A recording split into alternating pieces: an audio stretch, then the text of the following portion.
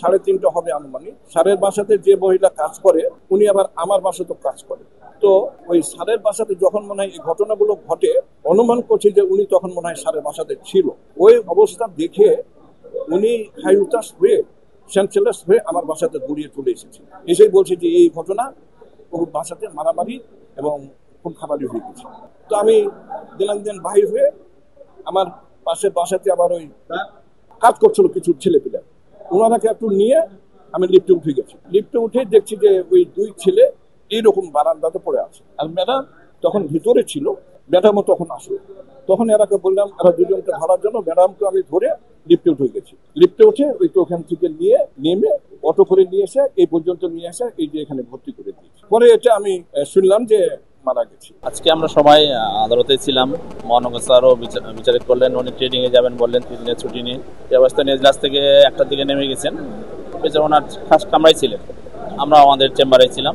হঠাৎ এই 4টার দিকে শুনতে পেলাম যে স্যারের বাসায় হামলা করা হয়েছে, স্যারের ছেলে মারা গেছে এবং স্যারের ওয়াইফ সিরিয়াস ইনজুরি। তারপর আমরা সবাই মেডিকেলে আসলাম, শুনলাম যে একজন হামলাকারী স্যারের বাসায় ঢুকে। স্যার থাকেন ডাবতলা একটা আবাসিক ফ্ল্যাটে, 10তলা ফ্ল্যাট, ওখানে ভাড়া থাকেন স্যার। স্পার্ক ভিউ নামে একজন আবাসিক ফ্ল্যাট আছে 10তলা, ওই ফ্ল্যাটেরই ভাড়া থাকেন স্যার। এবং স্যার আশিসরে নতুন এসেছেন, জয়েন করেছেন আজকে প্রায় 1 মাস মতো হলো। এই অবস্থায় আমরা এই ঘটনা শুনলাম। ঘটনা ঘটেছে 2:30 থেকে 3টার মধ্যে, যে কোনো সময়।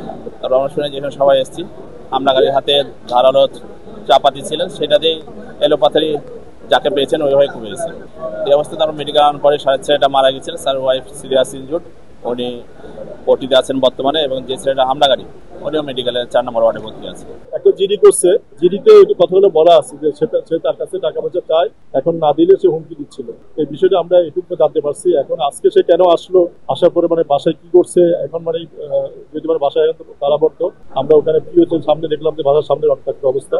আর এটা মানে একটা প্রাইভেট বাসা, ওখানে সিভিল সিকিউরিটি ছিল।